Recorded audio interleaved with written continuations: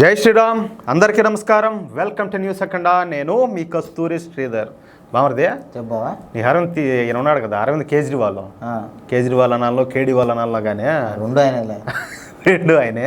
ఆయన అండి చెప్పా, తేహార్లో కదా, తేహార్ జైల్లో. అదేలే. ఏం చేసిపోయాడు ఆడికి? ఆయన బాగా ముందు సంపాదించాడు. లిక్కర్ స్కామ్ చేసి ఆడికి పోయినాడు. పోయి అయితే ఆయన గురించి ఇప్పుడు ఆయన లోపల ఉన్నాడు కదా, సిగ్గు లేకుండా లోపల ఉన్నా కూడా ముఖ్యమంత్రి పదవికి రాజీనామా చేయలే ఇంతవరకు. ఉండొచ్చా?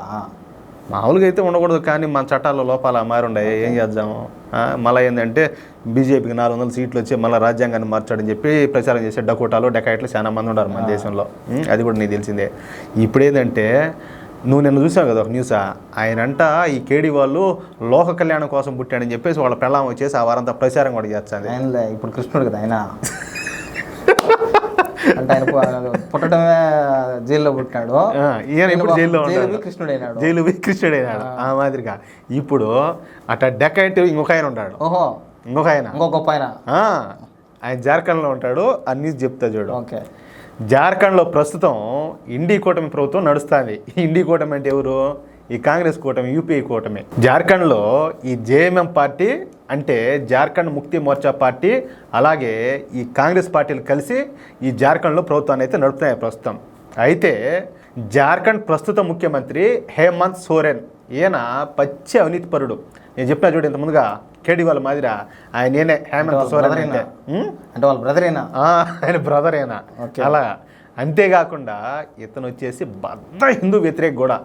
అసలు ఈ జార్ఖండ్ ముఖ్యమంత్రి హేమంత్ సోరెన్ జార్ఖండ్లో ఒక విచిత్రాన్ని చేసి చూపించినాడు. తెలుసా ఏందా విచిత్రమా? అది ఏందయ్యా అంటే జార్ఖండ్లో ఒక పెద్ద కొండ ఒకటి ఉండింది. అంటే కొండలు చాలా ఉంటాయి, ఈ కొండకు ఒక స్పెషాలిటీ ఉండదు. అయితే ఆ కొండలో బాక్సైట్ ఉండదని చెప్పి తేలింది. బాక్సైట్ అంటే అదొక ఖనిజం అనమాట. అంతే. ఇక ఈ జార్ఖండ్ ముఖ్యమంత్రి హేమంత్ సోరెన్ ఆ కొండనంతా మాయం చేసేసాడియా. ఎట్ట మంత్రాలు వేసి కాదు, మాయం చేశాడంటే చెప్తాలే. అంటే 3 సంవత్సరాల్లో ఆ కొండ మొత్తాన్ని కూడా తవ్వి ఆ బాక్సైట్ నమ్ముకొని కొన్ని 100 కోట్లు సంపాదించాడు. ఈ కేసులోనే జార్ఖండ్ ప్రస్తుత ముఖ్యమంత్రి హేమంత్ సోరెన్ మొన్నటి వరకు జైల్లోనే ఉండేసాడు. ఈయన కూడా కాదంటే ఆయన ఇంకా లోపల ఉన్నాడు. ఎవరు? కేడీవాళ్ళు. ఈయన పోయి వచ్చినాడు. అలా ఈయన సీనియర్ అట్ట. ఇకపోతే ఈ జార్ఖండ్ ముఖ్యమంత్రి పచ్చి హిందూ వ్యతిరేకి. గిరిజనులు హిందువులు కాదని, గిరిజనులు ఒక ప్రత్యేకమైన జాతి అంట.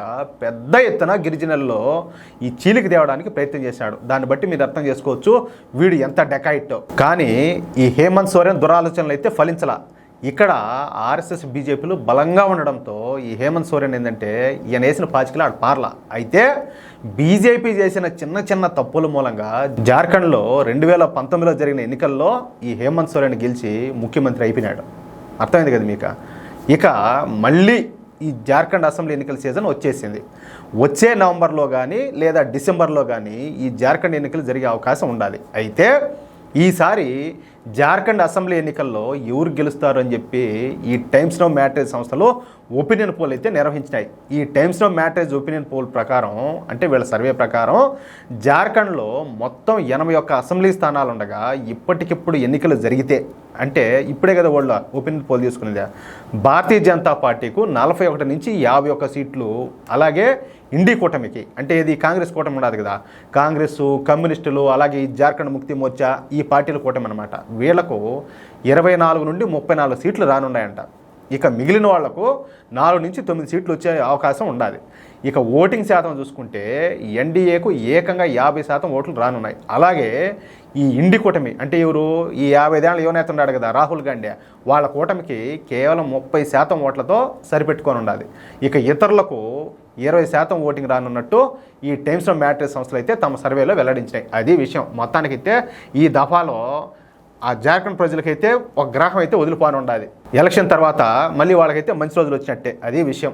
ఈ వీడియోపై మీ యొక్క అమూల్యమైన అభిప్రాయాలు దయచేసి ప్రతి ఒక్కరు కూడా కామెంట్ రూపంలో తెలియజేయాలని చెప్పి కోరుకుంటూ, అలాగే ఈ వీడియో నచ్చితే దయచేసి లైక్ చేయండి, అలాగే 10 మందికి చేరేలా షేర్ చేయండి. ప్లీజ్ ఇంతవరకు ఎవరైనా కూడా ఈ వీడియో చూసినటువంటి వాళ్ళు మన ఛానల్ సబ్స్క్రైబ్ చేసుకోకపోతే దయచేసి ప్రతి ఒక్కరు కూడా మన న్యూస్ అఖండ ఛానల్ సబ్స్క్రైబ్ చేసుకోండి.